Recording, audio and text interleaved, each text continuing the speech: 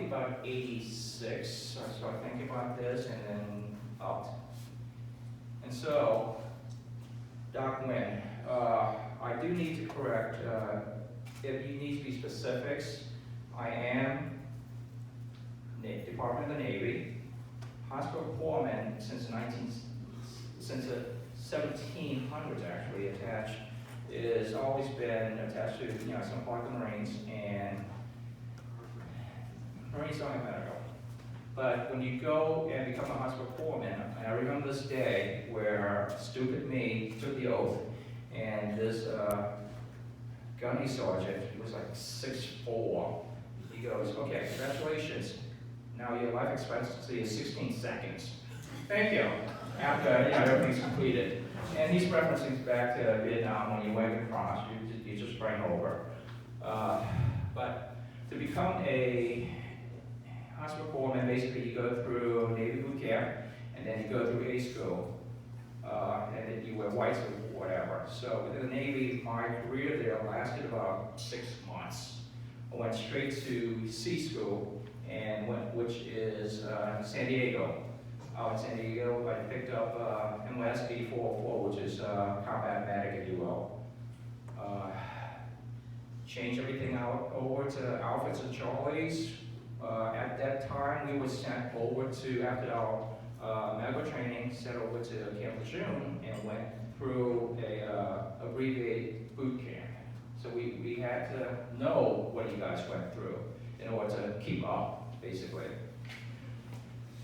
The title doc is an honor. Most people go in and they attach to a unit and they're forming up, basically.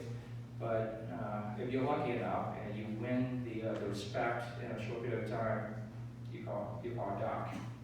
In fact, this is actually Desert Storm, or Desert Shield actually. This is Desert Shield. So we were in, this is Saudi Arabia at the time. And this is me, of course, Gunny Buford. And I haven't caught up with them. I need to catch up with those guys. But as soon as I joined that group, and I was in country, the Colonel Hamilton called everyone's orders and pulled me up. It's like, what the heck did I do now? So he singled me out and he says, "Doc, here's what we gotta do, okay? I know your Navy ranks on your utilities. You are now a corporal. You will wear this while we're in this country, okay? We will protect you. You are not a corpsman. You are in your ability to help us, but insignia-wise, this is what we're gonna do in front of the entire squadron. My job is basically to support, prevent health issues, but also any combat-related issues. It's a ratio of 1 person to 120. That's what I'm tasked with.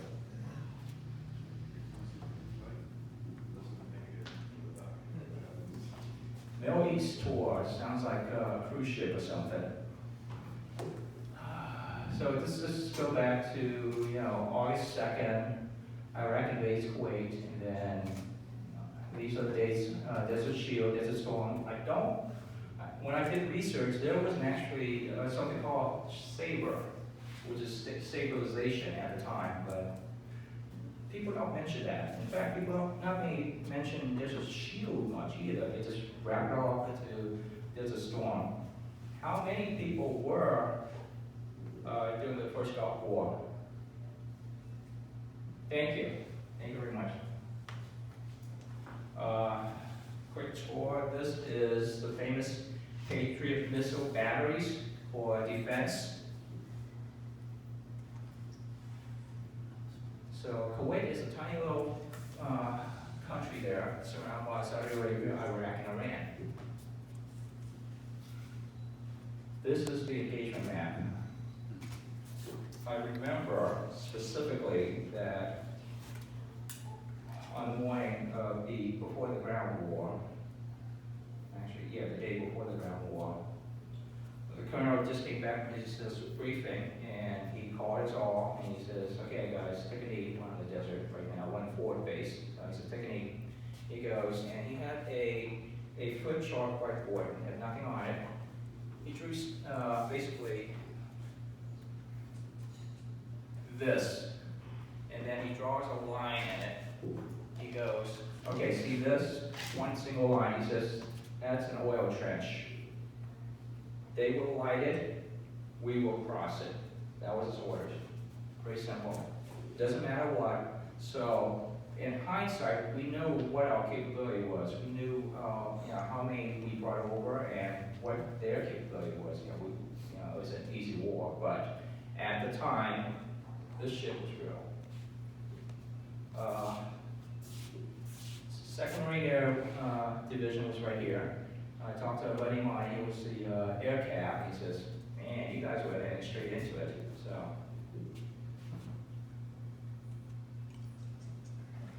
top secret.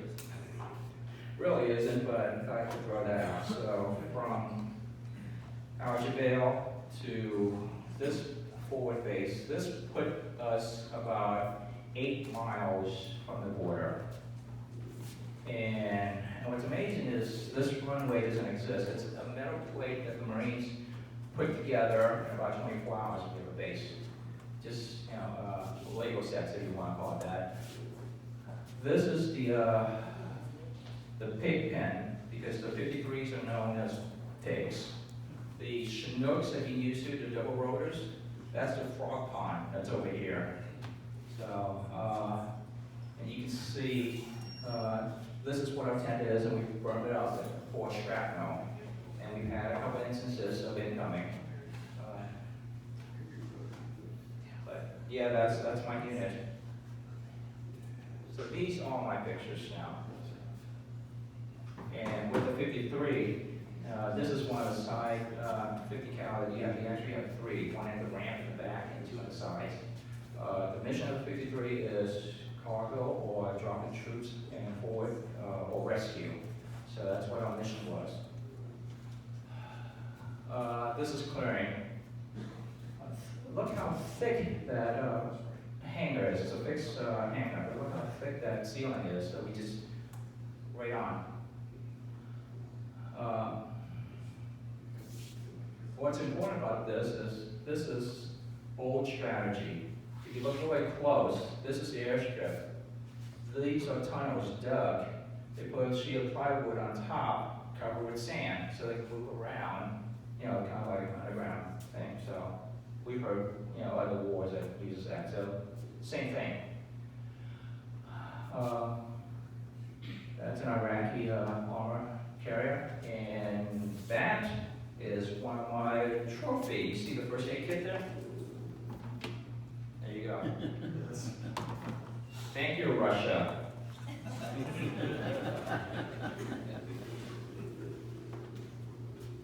All right. Do you remember Top Gun, the tech rep, codenamed Charlie? Well, we had a tech rep too. And he does not look anything like Charlie. but he was from the Sikorsky helicopter company and kept us flying.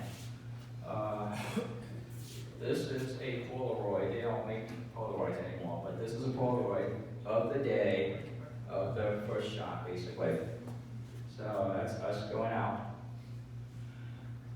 Look up top. That's a rare sight to see.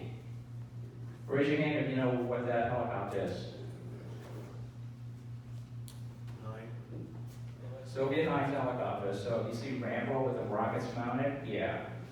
Just start changing your underwear. But here's where I am, right there in the middle.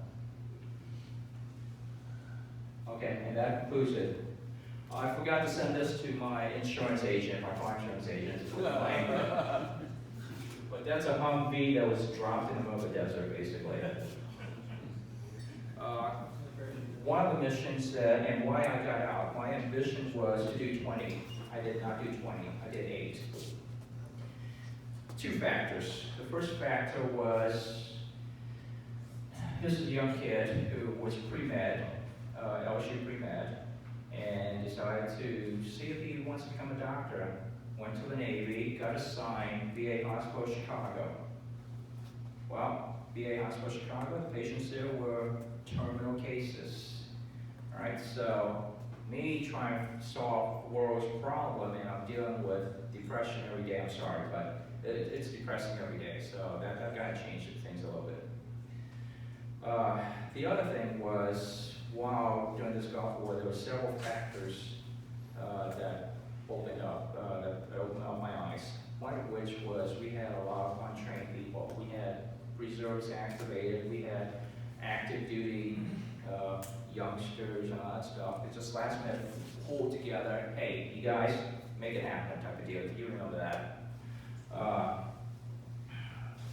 But a couple of the cases I done was the very first mission I did was 2 a.m. As a doc, pack your bags. So I loaded up in 53, went outbound, and did a crash survey. Basically, we had a Cobra that went straight into the dunes. NVGs, night vision goggles, was still a little bit early. They had it, but it's not perfected at the time, so straight to the dunes.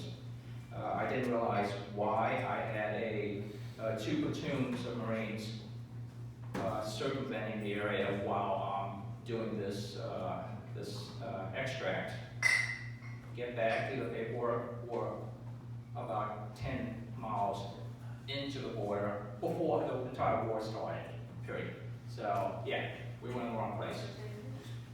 The second incident from my job standpoint while I was there is, actually 3 things, but anyway, the second major thing is, I get patients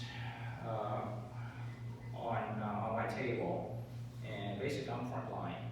I'll send them back to battalion once I stabilize them. So one of the things that I had to stabilize was a lieutenant. And basically what happened is, when I did the document, there was some court martial going on because he was shot in the back by his own troops. He pissed someone off. I don't know the details, I just dealt with the facts. So it was, that changed my perspective on continuing with 20 years. But other than those 3 factors, I would have done 20, and I wish I did, honestly. Any other questions? Yes, sir.